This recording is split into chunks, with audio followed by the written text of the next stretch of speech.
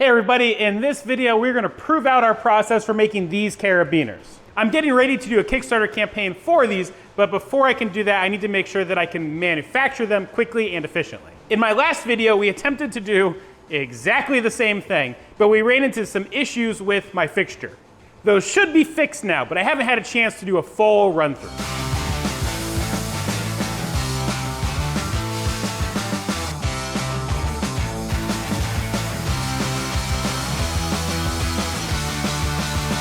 So it's definitely an improvement, but we're not quite there. It didn't warp as badly, but it definitely still warped. The biggest difference on this one is the outside, the perimeter, is pretty much spot on, but the inside warped more. And again, I think that's due to my fixture clamp pressing on the inside and distorting it. You can see that the inside loop is shifted relative to the outside loop. And because of this warping, it doesn't quite lock up right, though it is close. Other than that, it looks pretty good. I am down to my last carabiner blank, and I really need this one to work so that I can start doing my product photography. For this one, I'm not going to use the Mighty Bite clamp, I'm going to use super glue, because super glue does not distort your part. Then when I flip it to Op 2, I'm going to fill the cavity with hot glue, again to prevent any warping.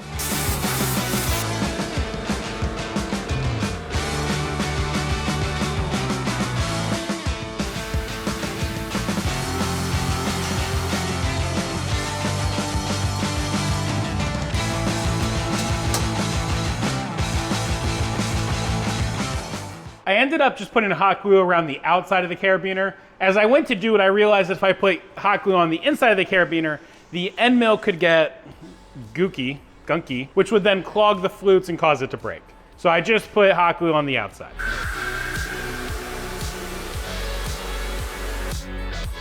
It's still in the fixture, so that's a good sign. This one is so close, but it still doesn't work. It warped differently. It warped in the opposite direction, but it still doesn't lock up nicely. Hey everybody, it has been a couple days and I still don't have those parts yet. I got the tracking information. They're gonna get delivered here in a couple days.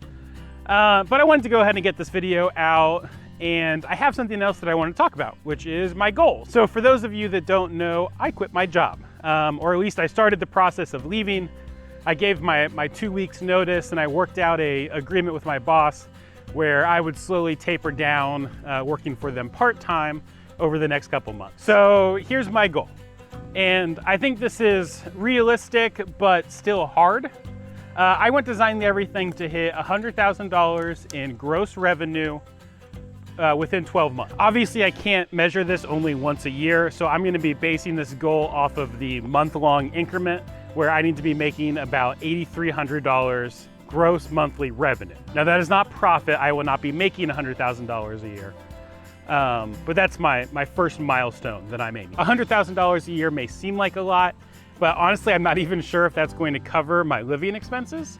So it's just a first goal. Right now, Designing Everything grosses about $1,000 a month. So I need to double 3 times in the next year. Fortunately, it's a lot easier to double when you're starting from so low. I have some plans to get there, but honestly, at this point, there's more gaps in my plan than there is plan in my plan. So